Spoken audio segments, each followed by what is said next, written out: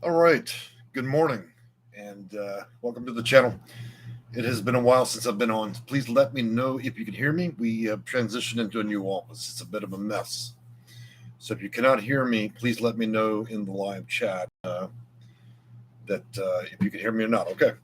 So we're going to talk a little bit about Section 8 right now, like we always do. And what I want to talk about today is going to be the fact that we're progressively in the summer. And as I'd warned many people during the season, that after March, it got really difficult. We got about 45 days left before the market super cools. So a lot of you have been under strain and stress. You're wondering, well, what's going on? Why is every housing authority closed? Nobody wants to give out a voucher. It's chaos everywhere in California, Florida, New York, Jersey. So the reality is, summertime is a peak season, and of course, with all the impacts we've had, housing bubble, recession potentially, right? Pandemic and increased rents, housing authorities closing because of lack of funding, and other issues. Well, the really good news is we're coming to that cooling period and it's going to get really good. So, fair estimation, I believe by September, we will start to see progressively better terms for getting vouchers, getting out there to apply. I also think through the holiday seasons, it's going to get increasingly better with a little bit of difficulty. And then as we approach December through March, so let's say January, February, March for 2023, which is down the road, it's going to be exceptional, I think, because we have faced the height of so many different things. We have a war going on and possibly that recession, the housing bubble, high rents, high interest rates, and of course the inflation, which is absolutely killing everybody. So I just want to let you know, just so y'all know, as a consultant, I also have two sideline businesses. I own the Houston Rock Shop, and I'll post a link about that later. We've been progressively trying to open that, and I also own another company, which I'll mention at a later point. These are, side things. They have nothing really to do with my career. So let's get into a few things real quick about myself and the company that I run. As many of you know, I own Section8Consulting.com. By no imagination, many people know me. I'm well known for working with clients, up to 700, sometimes 1,000 a year. The system is difficult. It is unforgiving, and a lot of the housing authority employees that try to help people don't always have the time to give you the answers you want, to educate you and teach you. So I have made a career of that on YouTube and through a website to assist people with the difficulties in navigating the system so you don't have to wait 15 to 20 years. Are there places in this nation where it would take 15 or 20 years? Absolutely. But, we're also a nation of 50 states and thousands of counties. Not every county is going to be inundated by a huge population of homeless people and people in dire situations, which means there are better places to get vouchers than other places. There are other places where you can get subsidy housing, which doesn't require particularly a voucher. And there are also many, many places around the nation that offer a much quicker type of housing through continuum of care, housing first, and those type of vouchers, whether they be permanent supportive housing, better known as PSH, rapid rehousing, better known as RRH, and also the most famous of them all that many of you love, which is the emergency housing voucher. There are two variations of what emergency housing vouchers are for. There are emergency housing vouchers through the housing authority, which may grant a mainstream voucher, and they also, by federal mandate, have emergency housing vouchers for those that face imminent homelessness. There isn't much difference, to be frank. Okay, a lot of people say, "Oh, well, there's a big distinguishing factor in one being not as good as the other." That's not true. Anytime it's a voucher, you can use it where you want to, and you only have to pay 30% of your potential income. Then the damn voucher is worth plenty. And in this economy, in the last 2 or 3 years we've had this pandemic, let me tell you something. A lot of people from March of this year, the end of March up to this point, a lot of clients have been forced to leave states, counties they've lived in all their life, and even states. I've got people that are porting and moving wherever they can get these. So I want to give a quick shout out to all my friends here that are commenting in the live chat, and it still is live. It's 10:41 Texas time. So for those of you in California, it's probably closer to around 8 in the morning. For my New Yorkers all the way up to Florida, you're my East Coast guys, you're probably looking at almost noon. So good morning, Original Elements. How are you? Thank you for letting me know I sound good. Derek Rogers, good morning and hello to you. Sheila Neal, hello. How are you? Uh, yes, I am Enrique. Good morning, Enrique. Good to see you in the channel. Sierra Leone, love you back. Thank you for the heart. Derek Rogers goes on to ask a question. I was approved, but they keep telling me that they are waiting on funding. So, Derek, if you could tell me what type, where you applied, would help me better figure out what type of voucher it is. If they're saying you're kind of on a waiting list for it, it makes me think that you might be going through a continuum of care for emergency housing type vouchers. Okay, hey guys, just so you know, most of us that are older, if you're let's just say if you're 35 and younger, then let me explain this to you. There are many types of vouchers, and so older folks tend to think a voucher is a voucher, and that is it. The reality is, a voucher is simply a designation. It's a piece of paper, and this time they just digital. It doesn't mean there's just one thing to be had in the community of housing authorities, HUD, and so on. Vouchers can be attached to a wide range of things. So, though you're being granted a voucher, what the string, so a string attached to it to funding. If you are a person, I've explained this in many videos, if you are a person that is 62 and older, you would attach a string of funding from subsection 811. Think of 811, section 8, and all that. When you think about tax code, that would be tax code. When you deal with HUD, they have subsections that are very similar to tax code. So subsection 811, okay, would be funding for those of you that are seniors and disabled. For those of you, that would be for those of you that are 18 to 61.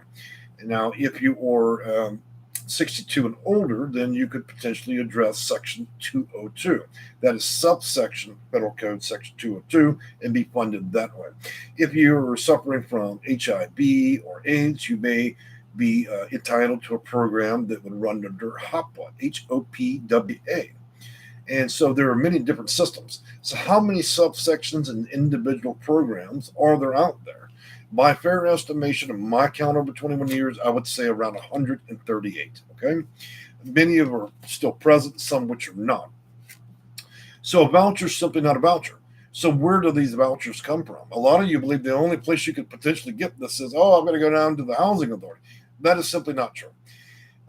In order to get housing and in principle get that discount that you want to be able to live in that apartment or home or whatever it is, there's many methods, many roads you could take with this. When I talk to clients, they, oh, well, there's the voucher at the housing authority. Well, there's more than that. When a property is tax credit, better known as a lich property, where a landlord buys a unit with 100 units, and he says, hey, to the government, look, give me tax credits, and in return, I will allocate 30% of my units to those that are low income. Now, that when you do that, it becomes a lich property. But what it does also is it doesn't require a voucher. It simply requires a subsidy. So you don't have to go to the housing authority to even get that. And then those of you that don't know, one of the more perilous programs, I shouldn't say it's perilous, one of the less known, that produces well for clients is better known as housing first programs. Now that's been hidden and tucked away, but it's faster because you don't have really an application. You have a interview and you have testing and you're entered into HIMS system. But those vouchers come much quicker. See, there's a whole world of things a lot of you are unaware of. Now, those of you that have been rolling around my YouTube channel, you finally figured out, well, this guy has made like 600-700 videos. Yeah, I've made more than HUD itself. Look, the government is the government, and HUD does a fairly good job. I think where most of you have your issues is on the local level. HUD is just a federal administrator of funds, and they also enforce federal policies. HUD does not ever give you an apartment. HUD does not give you a voucher. Administer and deals with issues at the federal level. That building in your community that's called a housing authority, which has county employees or private employees in it, those are the people that talk to you like shit. Those are the people that are always closed. Those are the ones that never want to answer the phone. And those are the ones where you have the most problems. That is not HUD. I want you to make that distinction so you don't ever get confused with HUD being the housing authority. All right, so I'm going to drop in. I see a lot of comments here. I'm going to try to clear a few out for those of you. And the video is still live at this point.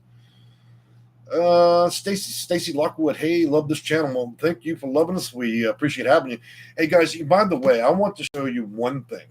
Now, as many of you know, I make videos about Section 8 and so on because I'm a consultant and an expert in that area. And many of you know that a major magazine picked this up, and they do occasionally do that. So we did an interview with Inquirer, and so that's a national magazine / publisher. Had a pretty good meeting. I'm hoping to publish the information they put out there. I do not know if I'll get credit for anything being said. They usually source many sources. But so as many of you know, one of my favorite pastimes, I just want to inject this real quick, is I rescue cats, all right? Not dogs, but cats.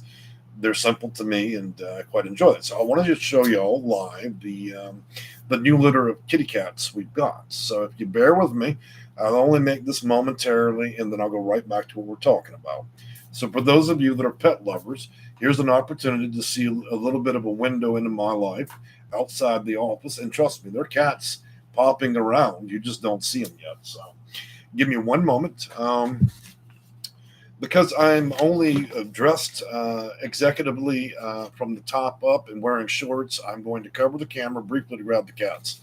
That's one of the luxuries of being able to work in a home office or a part-time office. You don't necessarily have to get fully dressed.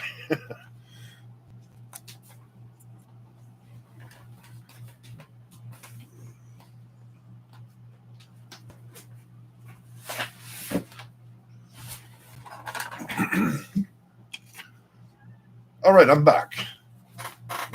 Let the camera focus.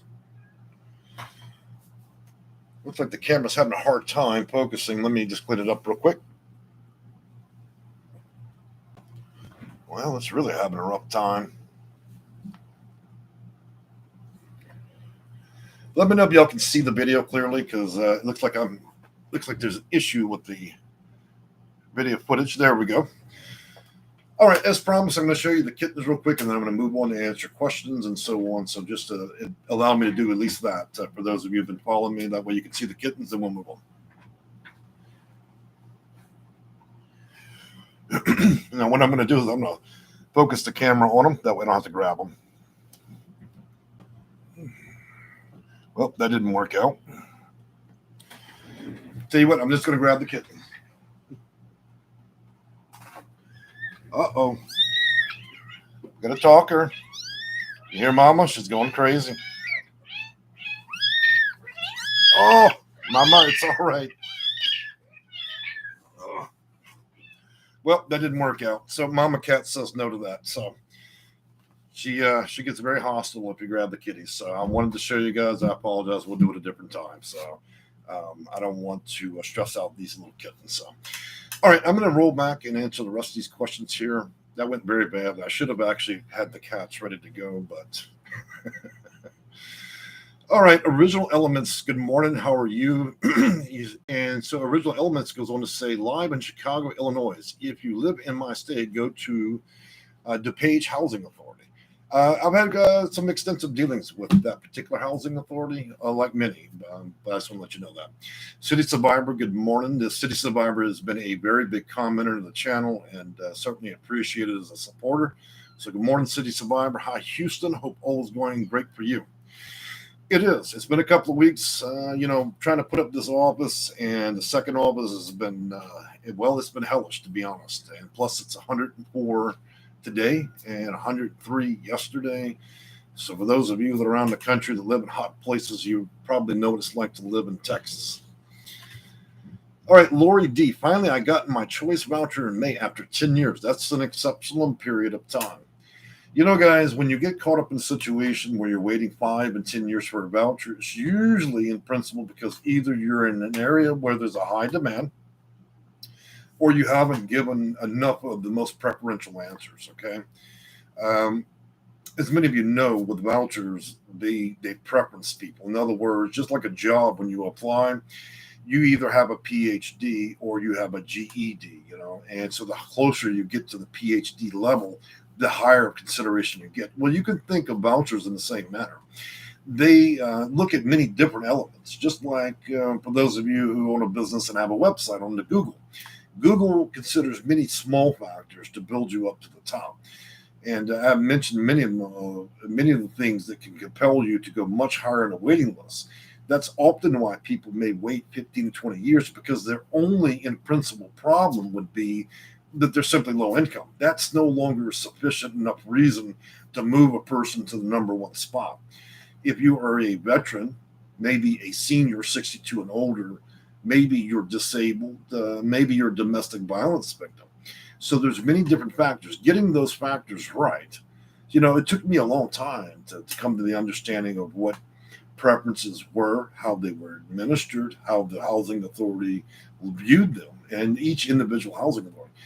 Right combination of those can really send you reeling up a list. Why? Because if you've got 10,000 people on a list for a voucher, and you go and apply, and your only problem is, well, I'm just a senior and I'm low income. Well, so is half the nation, or a third of the nation. So there's nothing unusual about that. That might have been unusual 30 years ago when people viewed Section 8 as something that would have, well, less seniors would have done it because of pride. Let's just be honest, a sense of pride our country had in the earlier days.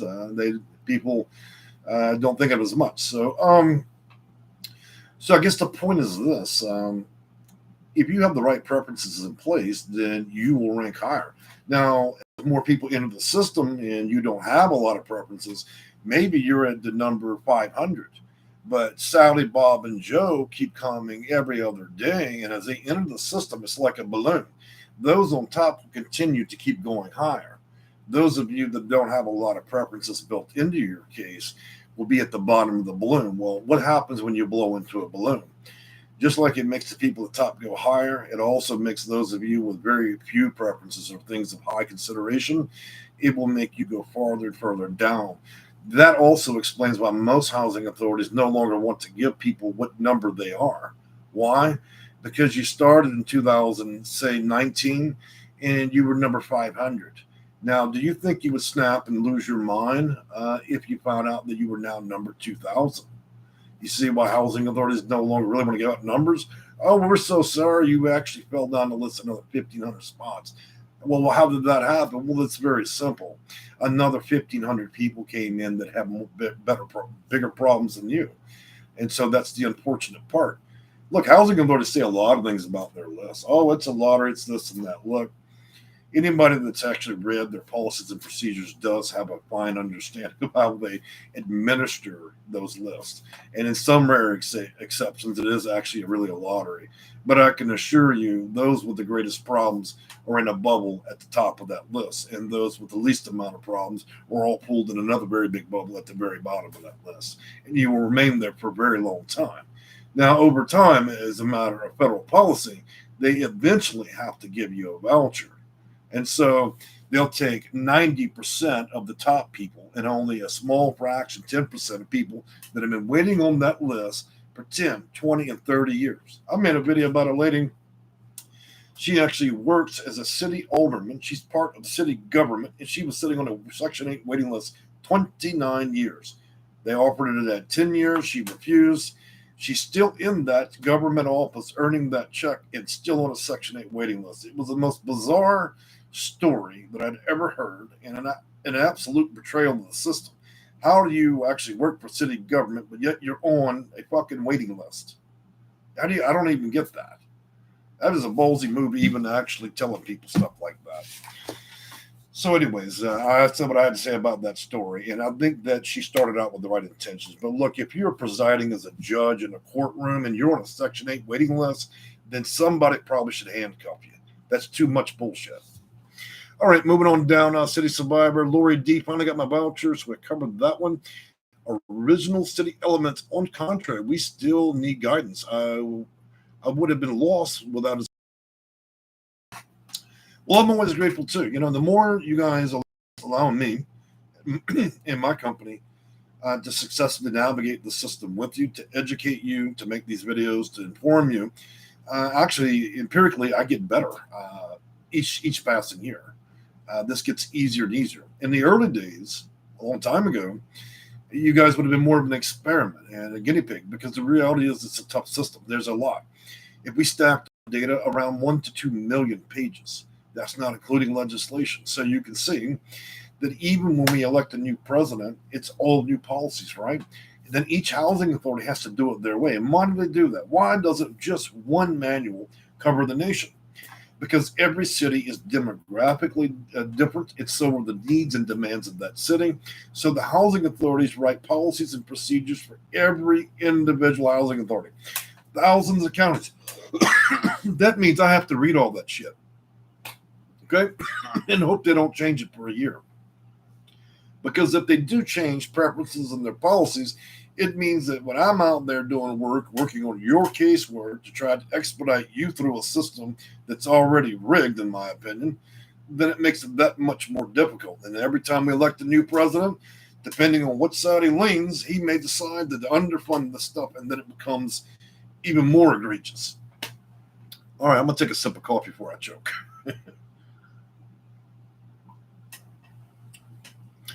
All right, number one. So, yes, I am Enrique.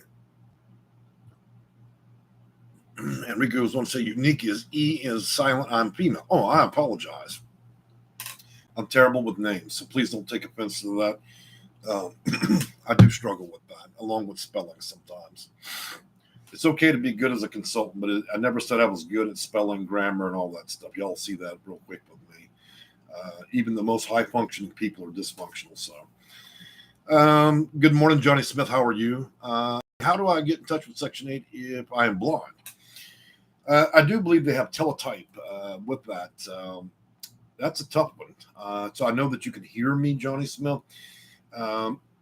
If you clearly you use the internet and so on because you're able to make your phone speak back to you, I would suggest trying to verbalize on your phone to get a hold to HUD's regional office so they can set you up with teletype or teletext, if that's still such a thing, to help you with that, because it wouldn't do me any good to paste that into here, and I don't have it readily available for you.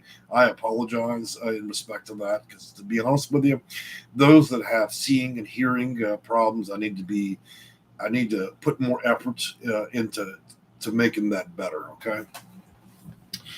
Derek Rogers, good morning. I told them, and Derek goes on to say, I told them I was disabled, homeless, in Denton County, and also Dallas waiting list. Okay. Yep, Dallas is a pretty sprawling system. Dallas is about 4 hours from where I am in Houston.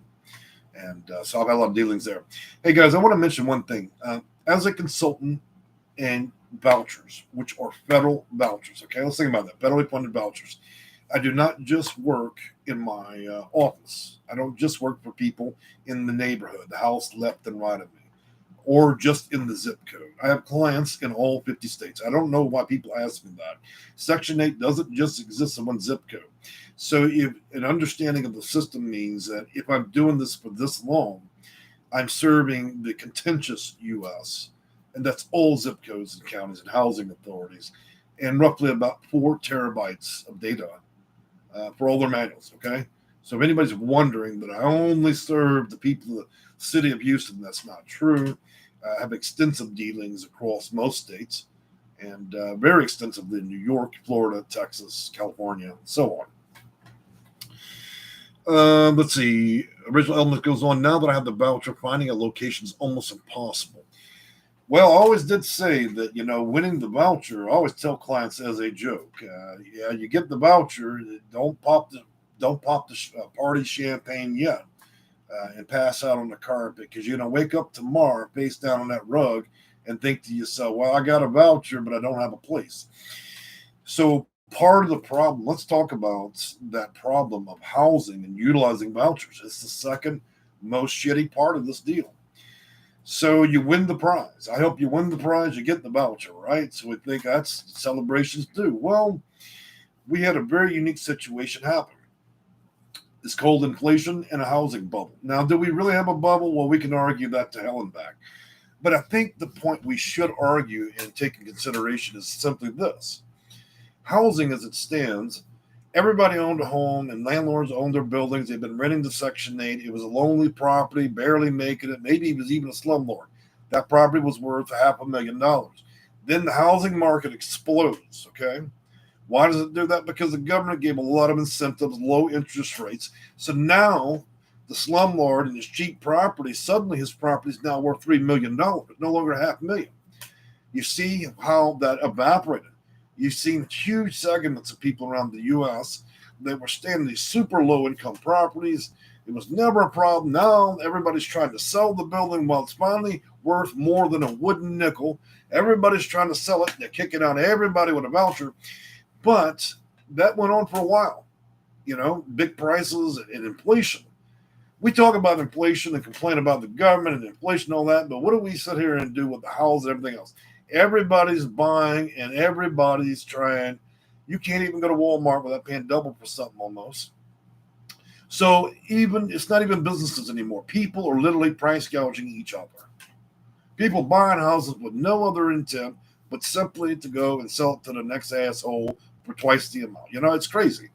So that's why I made the videos, because the struggle you saw there that was only a little bit of a struggle prior to 2022, 2021, the housing market, now that we've raised the interest rate pretty high, is starting to take a nosedive. In other words, properties are no longer getting insane. The rents have stopped going up. And now the snowball's rolling slowly. Now, keyword is slowly down the hill. That means that a lot of properties now in the money now started to accept the vouchers again. Okay, but so many people bought up so much of the U.S., all these houses, that it sucked up any opportunities for the voucher. That's what I was saying is we climaxed through the summer. It's a heated market. Now we're starting to see a lot of the market. We're starting to come prices, which means reasonable rents. And I would expect this trend to follow all the way through to probably March of 2023. And so, again, slow incremental drops. And what that means is more housing in the market. Now, the pandemic started one of the guarantees of Biden, many guarantees were more affordable housing. How affordable housing and having all that money on the market wasn't too time to build it. But when it was inflation to the numbers, we had $2 to go from $2 to $10. So that made it impossible for builders to even want to build. So a lot of this just chaos starting to slowly dissipate. So it's the beginning it's the tip of reaching normalcy again. And we'll see some spots on the market, but I do believe in 41 days that we're going to reach a point where we're finally starting to see a little bit of sunlight, a little bit of hope in the situation. It's a pretty good market. I'm not a market analyst, but you have to admit that people that never plans I do, and you understand something as I do. I don't need to be an analyst to understand trends, market trends, and I do. But we're in a pretty good position. All right, so I don't know that long. Let me answer some questions here. Welcome to the channel. Victoria, where have you been? You mentioned Jeff has been a very long member of the channel. I need help. Well, you're right. That's for sure. There's 600 videos. When you get tired of watching videos, watch me run my mouth. We give our office a call, and we pretty much take care of most of the issues. To be very clear, guys, I do not have a 100% success rate. You want somebody to sell you rainbows and unicorns, and there's lots of cars rolling around YouTube and on Google, okay? Just to be upfront, our success rate prior to the pandemic was 91%. Now it's 87%. That means you got a 13% chance that hiring our company would result or yield nil. Nothing. You'd have been better drinking a fifth of whiskey at a casino and getting flat than spending the money to do a damn thing for you. But it also means 87% of the time that we are absolutely successful. That's a hell of a lot better odds than you taking a ink pen from the dollar store, filling out an application, hoping for the best because you don't know shit. So that's one of the realities I like to deliver to clients is if you want to deal with somebody, to be honest with them, that doesn't sugarcoat anything, then a good dose of reality would be the most beneficial thing for you.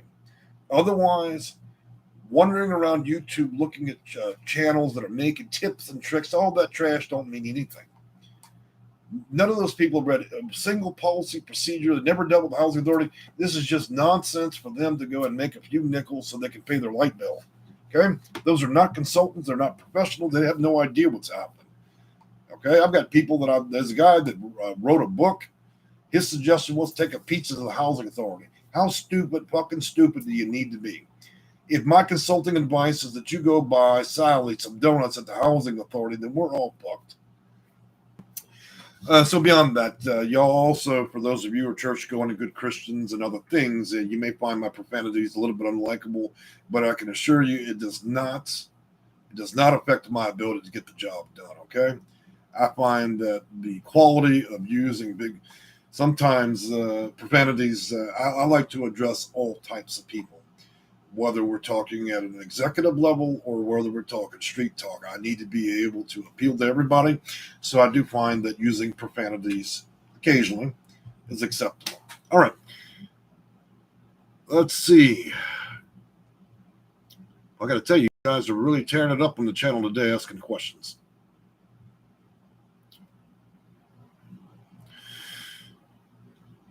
Craig Electric, we don't care about your pink polka dots. So that's a good deal. Original Elements goes on, if you need it and you need it now, so don't hesitate. You're in the right place. Hire Mr. J. Well, I thank you, Original, for saying that. Sometimes your best marketing is your clients. One thing you guys will notice in the live video, I don't control comments. Now, do you see 1,000 people seeing here saying they've been scammed by our company? No. It's very simple. Lori D, good morning. How are you? Thank you for the heart. Stacy Lockwood, beautiful purr babies. Yes, we were trying on that one. City Survivor, the message was retract. Jessica C, please help me. I can help you, Jessica, if you just send me a message. Stacy Lockwood, me and the kiddies are wanting to use my voucher to buy a house. Now, that's a smart move. The best deal in America you'll ever get as an American, if you happen to be low income, you actually have to utilize the system. The best deal in the market ever is this. Get the government to actually pay your mortgage, at least 70% of it. That's exactly what it is. But here's the caveat for buying a house. One, it's a pain in the ass. It takes a while, and you almost got to be a rocket scientist to get through all of it. Now, I do realize that some of you are highly educated, articulate well, have high IQs, and get through it. But I've met former engineers, nurses, lawyers, doctors, all of which lost their career or retired. And trust me, they struggle just as bad as somebody that didn't graduate from 5th grade. This is not an easy system. You won't learn it overnight, and everything that you're looking and searching for is not readily available to you, okay? Let's see, Jessica C, where do I go in Georgia? Well, it depends on where you're in Georgia. You got to let me know which county you're from. Johnny Smith, I live in Georgia as well. All right, so we got a lot of people from Georgia. At one point, I did live close to Stone Mountain, Georgia, but I was a teenager at that time. Lori D says, I've been on Social Security disability since 2011. That's a minute. City Survivor, the babies are so cute. Well, thank you so much. I have a question. My husband and I have rapid rehousing. Can we be granted a pool voucher through that program because they are only trying to pay a portion of the rent for a certain period of time? That's the problem with RRH, rapid rehousing. It's a descending payment. So they suck you in. They say, oh, yeah, we got a voucher for you, but here's the deal. First 3 months, we're going to pay all your rent, and they have different variations of this. But after that, if your rent's $1,000, they'll pay $900. And then the next month you're in that using that voucher, they only pay $800. Look, rapid rehousing is to rapidly get you rehoused, pay as much rent as they can first couple of months. Then that's like a disappearing voucher because each additional month, more and more, they pay less and less until it just evaporates. So to answer your question about rapid rehousing is possibly. You'd want to finish that program out. Then you'd want to go to a separate county where they don't know your name. And then this time you'd want to score and test higher. If you give me rapid rehousing, it tells me that you and your husband scored very low. You barely cut the edge to get that one. For you to get PSH or EHB, you're going to score a lot higher. In order to score higher, there's only two ways to do it. If you're sitting in the classroom with the teacher and she's giving you a pop quiz, you either have her manual, you have that manual which she uses to administer that test, or you're just guessing, or you studied. Well, I've studied and have the manual. You don't have any of it. So the best way to beat the system is to give me a call. Trust me, you don't get in the business I'm in unless you have all of these people's operational manuals. So when I tell you that I know enough to work at a housing authority, I literally have their manuals. Okay? Simple as that, cut and dry. Not only that, but in our channel, we attract former housing authority employees, directors, even the former director of the New York Housing Authority. And I'm not going to mention the name of which one he is, but these people contentiously feed lots of information to me. They keep me current, and a lot of things you guys, no matter how far you dug on Google, you'd never get. In other words, these were people that went to the housing authority as great people, left there angry, pissed off, underpaid, and then badly abused. And so in retribution, they look into or run into this channel, and they're always happy to unload every filing cabinet in the housing authority, which gives me an unparalleled ability after all these years having hundreds of contacts inside those housing authorities to help me navigate in a way that most people wouldn't even imagine. And I won't disclose that. And I just say that would be proprietary. As far as operation procedures and manuals, Nana McKay is the biggest issuer. Does the housing authority make its own policies? Absolutely not. They send it over to companies like Nan and McKay. And that company sits around with a bunch of intellectuals and they design all this bullshit. Well, did you know you can buy it? If you got a lot of money, you can buy it. Or you have the right credentials, they'll give it over to you. I know a lot of you guys email me and say, hey, Jay, let me get a manual. Hey, man, you got $10,000? I'll be happy to do that. I'm certainly not going to teach you to do my job because in the wrong hands, that'd do a lot of damage. All right, moving on. Jessica C. How do I find a place that will allow federal funding, which I received, to become a homeowner? Well, in that case, to do so, you would first want to establish what housing authority is in your county. Make contact. You have a home buyer program there. It's a yes or no question for the housing authority. If they answer yes, then that would be your starting point.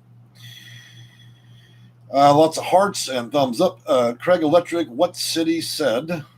Don't know. Douglas Daniels, good morning and welcome to the channel. Hello, how do you get Section 8 to pay more of these expensive rents? Well, think about this. If the landlord's entitled to raise his rent every 6 months by contacting the housing authority, how many of you that actually have a voucher in your hand or a digital one, how many of you ever went back to the housing authority? So some of you have had vouchers since 1981. Same old voucher from still stamped 1981. How many times did you go to the housing authority and ask to have your rent reasonable reviewed for a higher amount? Or are they still giving you $16 for rent? You have to contact your housing authority. Look, if the housing authority can get away with having you live in a trailer with no wheels in a swamp, with no ceiling on it, and you're actually pulling the water from a river, they will. If you don't ever ask them, go over there and ask them to reevaluate your rent reasonableness and to issue a higher payment, they never will. They're not going to put out a fucking manual at the front door to teach you either. You know, same thing when you do business. There are discounts. You got to be clever enough to know how to get them, right? They're not just going, oh, by the way, let me tell you how to screw me so I can make less profit. You're not going to call the housing authority, and they're not going to teach you. The housing authority is not, well, they don't like to teach anything, but they're certainly not going to teach you how to sit there and get more bang for your buck. That's not their job. They're not required to do so. Only the clever win that game. I'm telling you how. Now, if you can't get through that part, contact my office. You know, in principle, it sounds simple, but there's way more to that. But if the landlord's raising rent, your ass should be sitting in the car at 6 a.m. in the parking lot of the housing authority and drilling them about, hey, man, they're raising rent. Well, I have a right under a federal code, federal regulation, to request that my rent be re-reviewed and that your payment, 30% of my income, and the payment you're allowing and paying here is no longer sufficient. If he's raising the rent, then I need a voucher raise. Now, that's not the name part, but I'm just saying. All right. Lala Daniel. Hey, all. Good morning. Welcome to the channel. Stacy Lockwood. Good morning. Welcome to the channel. You are so insightful. I have watched many of your videos on the home buying process. Well, I appreciate that. Look, there's a lot of videos about that because you know what's interesting? I talked to a big brokerage from Florida not more than a couple of days ago, and I have several of them, and not just in Florida, all over the nation. And the first thing that came out of this guy's mouth was he goes and says to me, "Hey, man, so I'm such and such broker. I've got a HUD specialist certificate." And I'm thinking, oh, that shit you get out the bubblegum machine. Look, partner, if you were a HUD specialist or a real estate agent, you got that little certificate that's worth a nickel, you don't know shit. A lot of brokers and real estate agents and landlords around the nation contact me. In a single year, I get contacted over 200 to 300 times. In real estate school and broker school, they do not teach those guys what I know. Same thing happens with caseworkers, counselors, and social workers. Oh, we're going to help you get your house. We're going to help you get a voucher. No, they're not. They don't teach them anything about the developmental side of what the housing authority is or what it does. So when they say they're going to help you, that means it's what we call connecting services, right? That's where they pull out an ink pen and they help put your name and your address like you're blind and fucking stupid, right? Now, they mean the best about that, but do they know what I know? Absolutely not. They know how to make you fill out the application and be honest. That's it.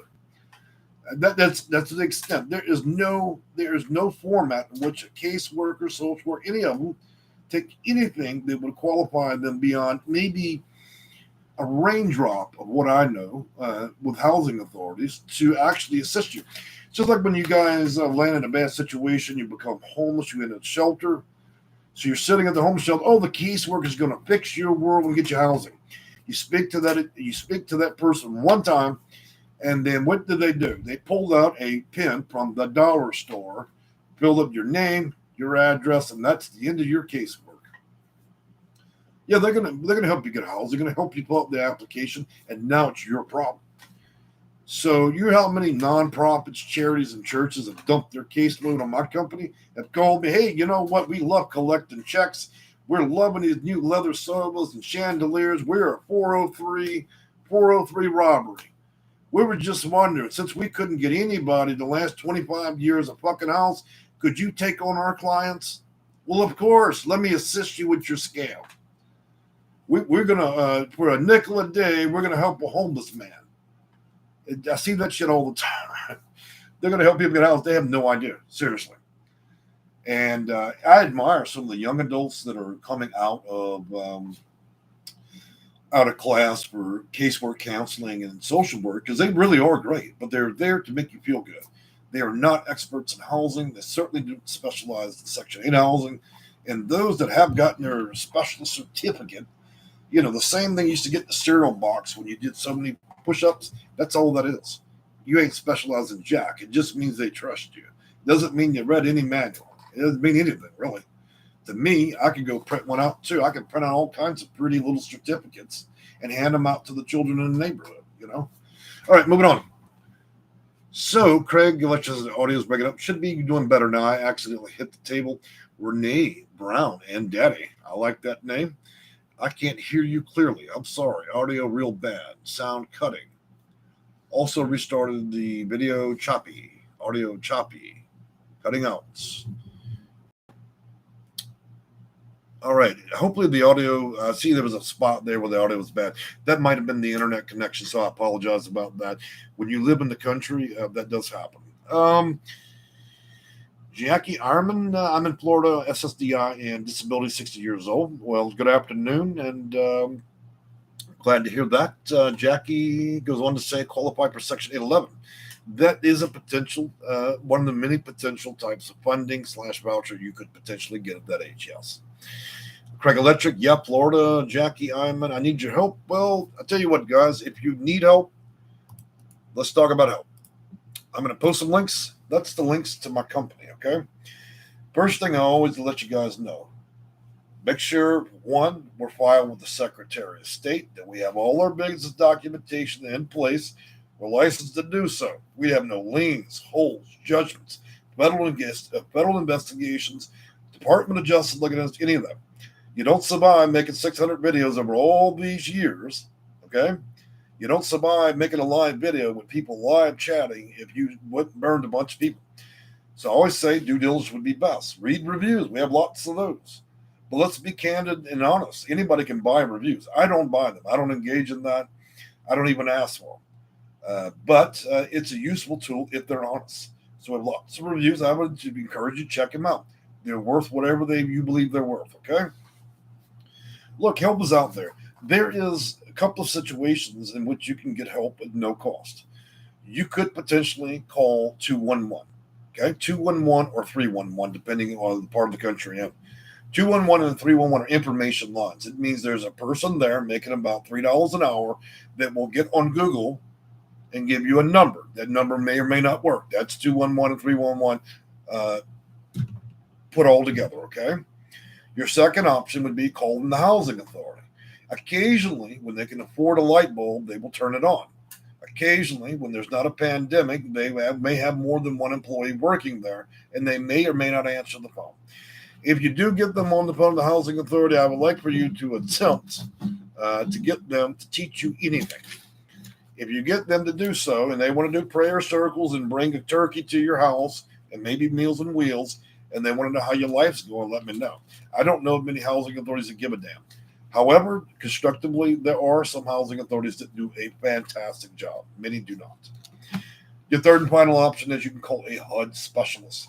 That is when you call HUD itself, HUD, Department of Housing and Urban Development. And let me add on the other part that nobody talks about, and Indian Affairs. Most of you don't realize this, but HUD is the Department of Urban Development and Indian Affairs, for those of you that are Native American. They will give you a few minutes of their time, and then they'll hang up, okay? That is the extent of it. You can go to the church, they can pray for you, okay? You can go to the homeless shelter, they'll give you a yoga mat, and they'll help you there, okay? The other option is you can deal with somebody like me. Like I said, I've made a career doing this. If I didn't know, I wouldn't make all these videos. And I'm pretty sure I haven't read from any script because you've watched me talk for an hour straight without reading a single prompt. That's how you know the difference between somebody that's up here on YouTube talking bullshit, that don't know anything, and somebody that has it all up here. I don't need to read anything in order to communicate the message. I know it by heart for all these years.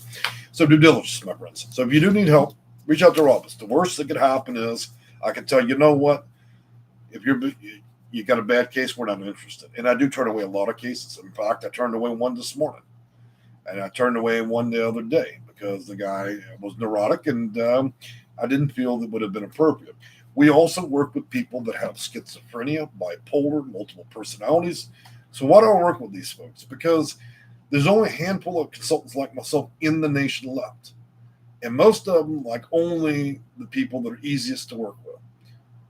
Look, I'm a fair and reasonable man. I work with anybody, even those of you that have complications, sleep problems, mold problems, may even have flights of fancy. So long as you are in the right state of mind and able to make decisions, okay?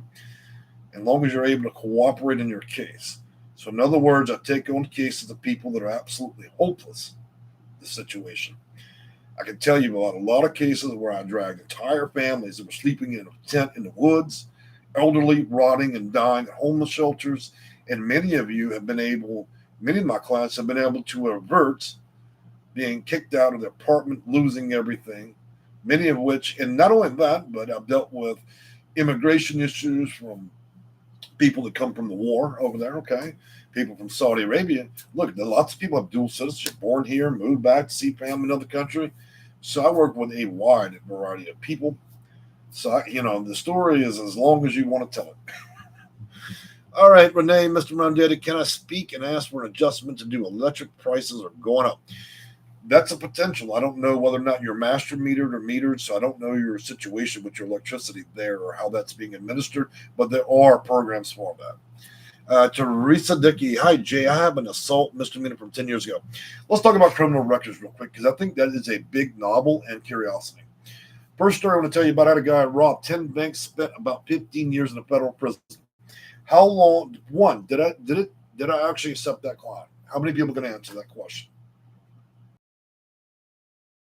I thought it was quite the challenge. So here's a man, right? How long do you think it took me to get that man housing? Anybody want to guess on that one? Because it would. So let's talk about whether I'm worth my weight in salt. How long would it take for me to take a serial bank robber, getting out of prison, changed his life, found Jesus, right? How long did it take me? It took me 60 days. Voucher wasn't a problem. See, you guys fundamentally have a misunderstanding about criminal records and whether or not you can get a voucher. Let's talk about that just quickly. I don't care what you've been charged with, but there are two things that currently would be a big problem. SRO, those of you that are sexual offenders, that's an issue. Very seriously. So if you want to register, that's going to be a problem with this stuff. Number two, all the drugs out there that you could smoke, drink, do, whatever, shoot up, there are one that the housing authorities don't like. They've selected it as a special thing. If you have been convicted of a crime that may include methamphetamine, they have a big problem with that. Not heroin, not crack, meth. Now, they are changing those policies, but not quickly enough. If you're not those two things, then pick up the phone and call me, okay?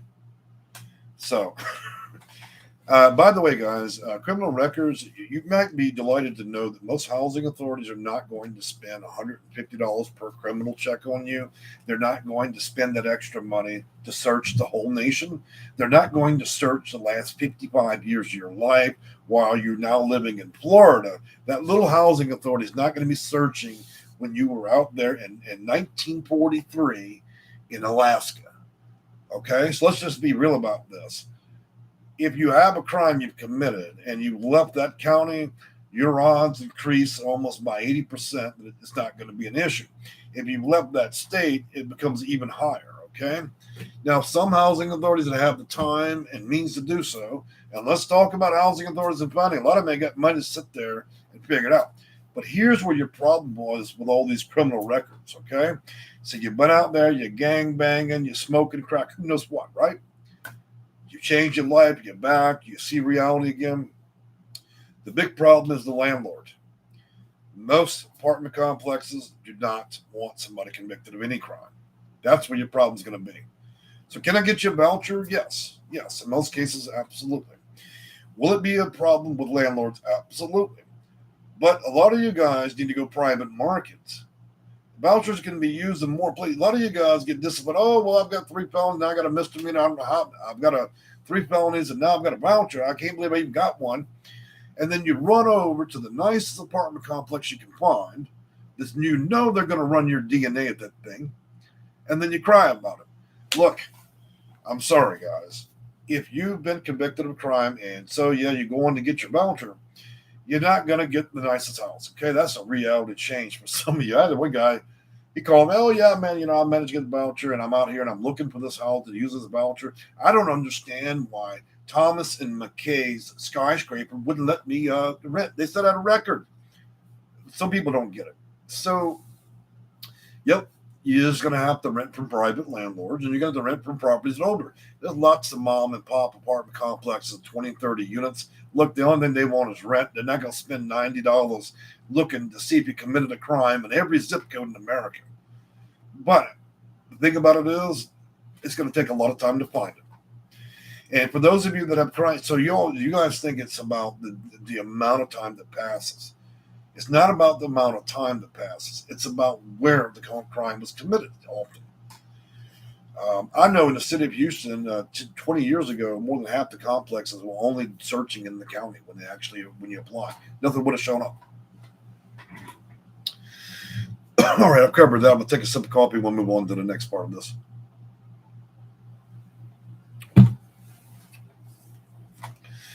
Jackie, I'm in my waiting list for Section 8, 811 in Florida, went from 2 years to 4 years. So they downgraded you. That's not a good thing. When things like that happen and you go from 2 to 4, you have to raise some questions about that. What changed about the preferences you had already built into your case, okay? Since you're probably not apprised of what those are, you probably want to start looking into that. Because if you can go 2 to 4, you can also go from 4 to 10 to 15. Now, I'm not suggesting that I'm trying to rattle your cage, make you lose sleep. Really, my job is to make sure people don't lose sleep so they don't have to be bothered with this and roll around and read old articles on Google and watch 1,000 videos and try to stitch it all together. But I would say to you that needs to be investigated. Teresa Dickey, I have my voucher. It's just a senior apartment. I didn't pass the background check. I'm going to find elsewhere. Smart play. I appreciate that. But you know what, Teresa? That was a really good topic for me to kind of expound on because I think a lot of people were at some point or another wondering about this. So I'm glad you asked it anyways. Lisa Logan, how long will it take to get a voucher? I took a screening test and I believe I scored high 5 weeks ago. Well, I don't know what you were testing for. It sounded a lot like you were in continuum of care and you might have taken an SPDAT test. If that's the case, they usually will indicate that I'm there. If they didn't refer you to a food bank or some other nonsense, then you're likely going to get a voucher. And typically, it's between 30 and 60 days, depending on the funding level for the month and also how many people are in that city. So there's a lot of missing elements there, Lisa. I don't know what you could be living in the center of New York, Manhattan, where there's an exponential amount of people. So, again, guys, I know some of you ask me questions without knowing your case detail file and other things. It would be difficult for me to give an actual educated answer. That's why I defer on some questions because they're simply giving out tips and tricks and bullshit, or I can give you an actual educated answer. And so sometimes it's hard. I don't know enough about you, your case, where you live, and things like that. So, my God, I finally got to the end of the list. That only took me 38 minutes to get to the end of that. Of course, I'm like Grandpa. I have to keep going off to the side to talk about different things. So, guys, I have really enjoyed talking with y'all today. I think we covered a lot. I think there's been ups and downs in the video with sound and different things. I'm working on that. We've had to finally move our office and so on. It is what it is. But one factor does remain. One thing is very distinguished in all of this. I absolutely do understand the system, and I've had the pleasure and honor of serving many of our veterans, many of our seniors, and I take it all very seriously.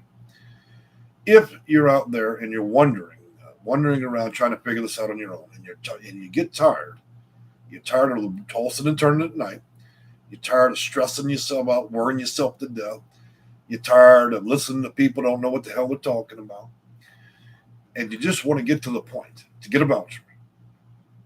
Take that advice. Call all the lunatics in town. Call the Housing Authority 211 and then HUD. When you finish breaking yourself over that, when you finally admitted to yourself that this is beyond you, give my office a call, okay? I often like to let people just wear themselves out. They first need to prove that they can do it on their own. Look, this is a complicated issue. Would you represent yourself in the murder trial? No.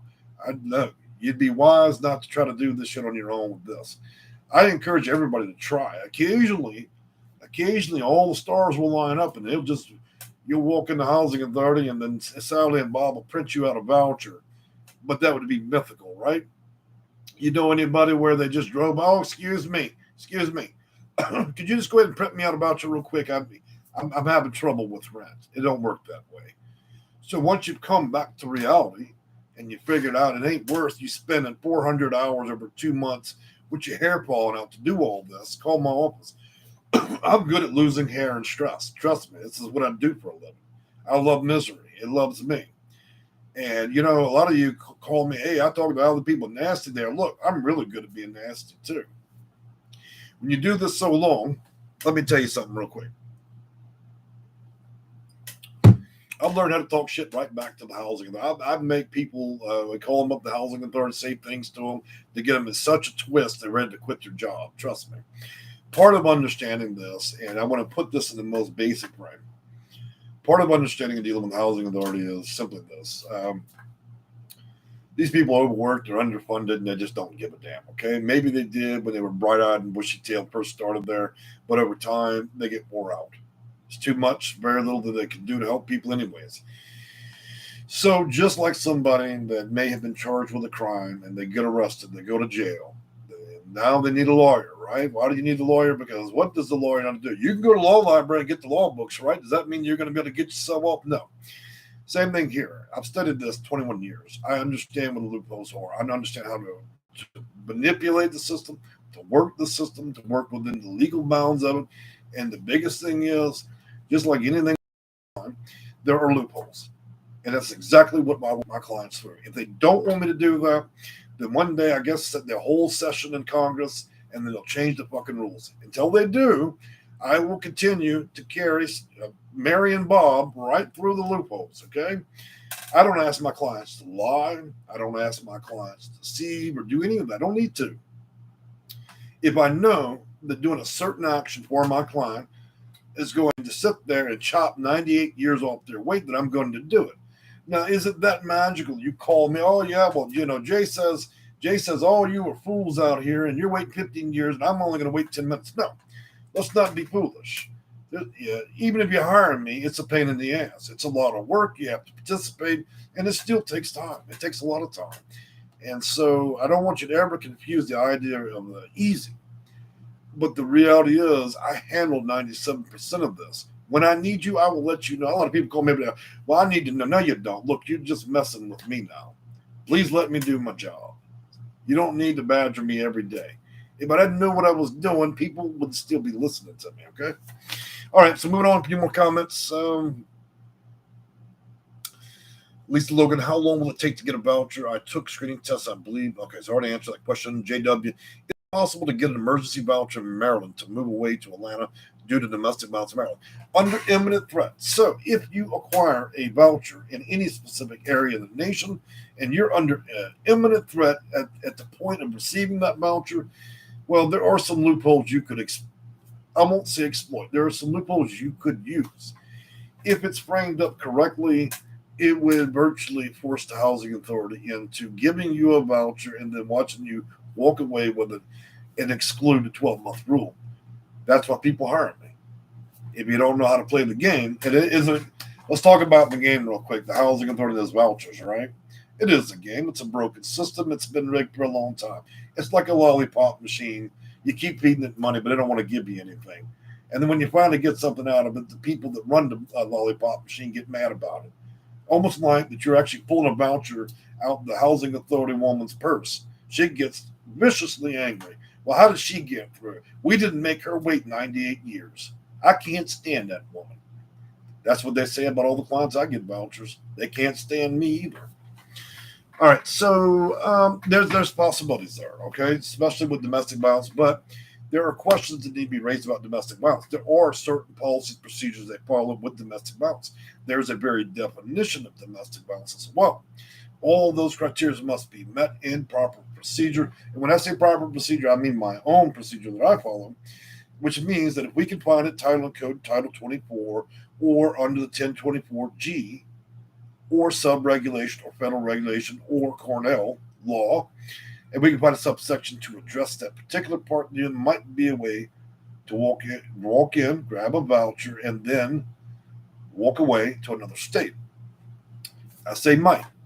Again, we must also keep in mind that everybody lives in different places. Every state has its own idea politically and other things, how they're going to operate. So each state has its own state laws and so on. All these things play in and factor in. Housing authority can talk all the trash it wants, and even the feds. If the state makes laws that can prevent certain actions, then that prevents it. And it also, and I'm going to roll back to domestic violence. Texas and Louisiana may have two different concepts of what domestic violence is. So research is due. The housing authority in Florida may view domestic violence differently than it does there. You might be in a progressive state. You might be in a conservative state. So what I'm saying is it would be hard to give you that educated answer you're looking for. But I believe there are possibilities contingent that there is research that you could potentially do that. Miss 702, is it possible to get a Section 8 voucher anywhere in Southern California or Southern Nevada? Well, my curiosity, Miss 702, is why would you pick the two worst states in the nation to try to get a voucher? We already know that California is one of the most downtrodden places, and let's say not downtrodden in the factor of living there or the people. What I mean is the housing crisis is very serious in California, okay? And when it became serious in the state of California to get housing or even utilize a voucher, where do you think all the people from California started flooding? Same thought process you went through. The problem is the million people that exited to go to Nevada already did it. You're late to the party. You're the lady that showed up to Christmas party at 3 o'clock in the morning and there was no champagne there. It's a possibility. You can look into it, but likely you would be nowhere near a metropolitan area. So I'm not discouraging. There's always an opportunity out there, but I'm saying that those two states have a lot of difficulty. I think in California there are areas that are becoming unaffected, which means that the farther you are away from the Bay Area, meaning SF, San Francisco, the farther away from Orange and LA you are, the greater the odds increase. Nevada is problematic because it does not host very many big cities and the places out there that are rural or truly rural. So unless you want to live in a true trailer park in the middle of a desert in the sand with some little shitty voucher and you got to pull your own water out the river, it's hard to say. I'm pretty good at my job. And if there's something out there, I likely would find it. But to tell you in this video, there's a guarantee, no. So yeah, that's all I'm gonna say about that. Lori D, Miss the So California disaster senior, took 10 years. Moving on, it says yes. The person named Yes says my friend lives in Houston, lives in Houston County, Georgia. Where should she apply for Section 8 voucher? Unfortunately, I don't have that data available right now. I would say shoot my office an email. Look, guys, I did provide links. Now, the interesting thing is this is YouTube. Now, if I go and put my phone number or email in this live chat or any part of YouTube, then by the next video, we're going to have people from China selling us confetti and then people from Russia selling us sex toys, all in the channel. They will spam the shit out of me. So if you follow the links that are all in my videos, you'll reach one of my either my website or booking software. If you look carefully, and I say carefully, you'll see the information you're looking for. I cannot just broadcast this stuff. There's too many people out here that are trying to steal and rob each other and run scams and everything else. That's a big part of what YouTube is, in my opinion. So I'm not going to publish my phone number or email in YouTube, period. You can find it if you just look hard enough. Jackie Iman, no one moving out Section 811, and why is that? That's why I went from 2 to 4. Oh, okay, that sounds like a subsidy property when you go to 2 to 4 waiting. Yeah, it could be. Again, you're asking for advice with only a few minutes of me knowing a few tiny things about you. It'd be hard to say. All right, guys, I'm going to wrap this up. I've been on this video now for 1 hour and 7 minutes. I think that I've sufficiently addressed the questions in a way that I like. I know many of y'all were hoping for a truly deep video, but I could sit here for 20 hours and never sufficiently cover every topic there is. I couldn't do it if I did it for a lifetime. I will see you guys again in 2 days. So today is Sunday, Monday, so we'll see you on Tuesday. I'm a guy that makes videos on Tuesdays, Thursdays, and Sundays. When I'm in the mood in the mornings, I will make it 11 a.m. Central Standard Texas time.